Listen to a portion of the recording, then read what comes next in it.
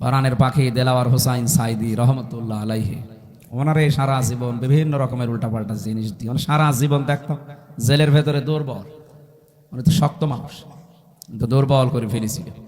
এরপরে ওনার আবার ডায়াবেটিস, শেষে দেখলেন না ইঞ্জেকশন দিয়ে মেরে ফেলল। অনেকে বলেন না উনি মরে গেছে, মরে গেছে।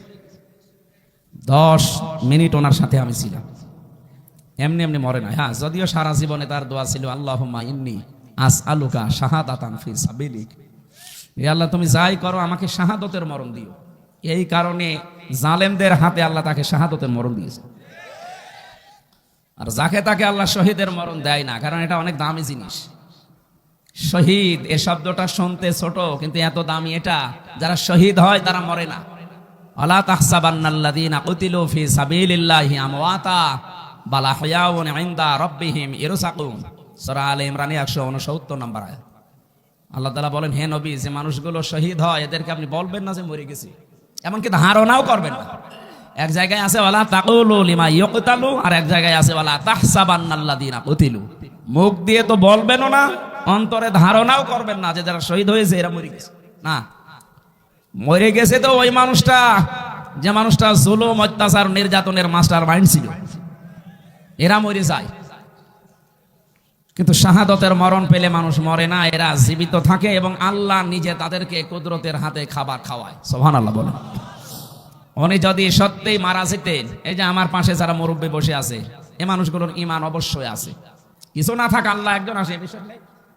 এখন যদি এই বিশ্বাসের উপরে মরে যায়, কবরে থাকবে, ঘুমিয়ে থাকবে, এতটুকু শেষ। উনি যদি এই অবস্থায় ঈমান নিয়ে মারা যেতে পারে, কবরে শুয়ে থাকবে। মাম বাআসনা মিন মারকাদিনা হাযা মা ওয়াদার রহমান ওয়া সাদাকাল মুরসালুন। কিয়ামতে যেদিন সিংহায় ফুৎকার দেওয়া হবে, ফাইযা নুফিখা ফিস সূর, ওই ফুৎকারের সঙ্গে সঙ্গে উনি চোখ মুখ ডলতে ডলতে উঠবে আর ধমক দেবে, আমারে জাগালেন কেন, আমি তো ঘুমিয়েছিলাম। মনে হচ্ছে কেবল 8-10 মিনিট আগে ঘুমিয়েছে, অথচ কোটি কোটি বছরের জীবন থেকে আল্লাহ পার করে দিয়েছেন। ঘোষণা দেওয়া হবে, এইটাই সেই রহমানের ওয়াদার দিন, কিয়ামত কায়েম হয়ে গেছে, ওঠো। আপনি একটু সামনে দৃশ্যটা নিয়ে আসেন তো নিজের জীবনে, যে এরকম একটা সময় আমাদের সবার সামনে আসবে, কিয়ামতের ওই কঠিন ময়দান যেদিন কায়েম হয়ে যাবে, একটা ফুৎকারে আপনি উঠবেন, চোখ ডলতে ডলতে উঠে দেখবেন যে সবাই দৌড়াচ্ছে ময়দানে, হাসরের ময়দানের দিকে। ফাইদা নুফিখা ফিস সূরি ফালা আনসাবা বাইনাহুম ইয়াওমাইযি ওয়ালা ইয়াতাসাআলুন। যেদিন ফুৎকারটা দেওয়া হবে ওই দিনের পর থেকে আল্লাহ পাক কিয়ামত যখন বিচার শুরু করবেন, তখন পর্যন্ত কোনো সম্পর্ক আর থাকবে না। যত রকমের সম্পর্ক দুনিয়া আপনার ছিল, রক্তের বলেন, আত্মীয়তার বলেন, দলীয় বলেন, পৃথিবীর বিভিন্ন সম্পর্ক আমাদের সাথে আছে, এমনকি প্রেমিক প্রেমিকার সম্পর্ক থাকবে না। কুল্লু নাফসিন যায়িকাতুল মাউত, যাকে আল্লাহ বানিয়েছে তাকে মরণ দেবে, সে যেই হোক। নবীজি বললেন, আজরাইল যাওয়ায় যখন লাগবে দেরি করার দরকার নেই, আমারে নিয়ে চলো আমার সব চাইতে বড় বন্ধু আল্লাহ রাব্বুল আলামিনের কাছে। উনি শুধু হাতটা রেখেছিলেন। হযরতে আজরাইল ডাক দিয়ে বলে, হে রাসূল আপনি কষ্ট পেয়েছেন। নবীজি বললেন, হাত সরাও। কেন? মনে হচ্ছে উহুদ পাহাড় আমার বুকের উপরে রাখলে। ফেরেশতা বলে, হে রাসূল আজ পর্যন্ত আমি যত জীবন কবজ করেছি, এত আসানে, এত আস্তে, এত আরামে কারো জান কবজ করিনি।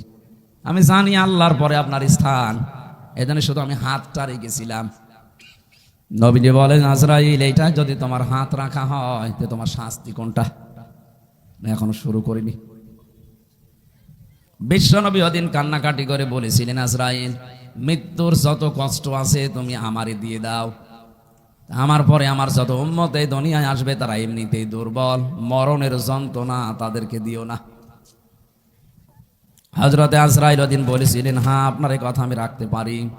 কোরআনে কারিমে আল্লাহ 6666টি আয়াত আপনার উপরে নাজিল করেছেন, এর ভেতরে একটা আয়াত আছে আয়াতুল কুরসি বলা হয়, সূরা বাকারার 255 নম্বর আয়াত।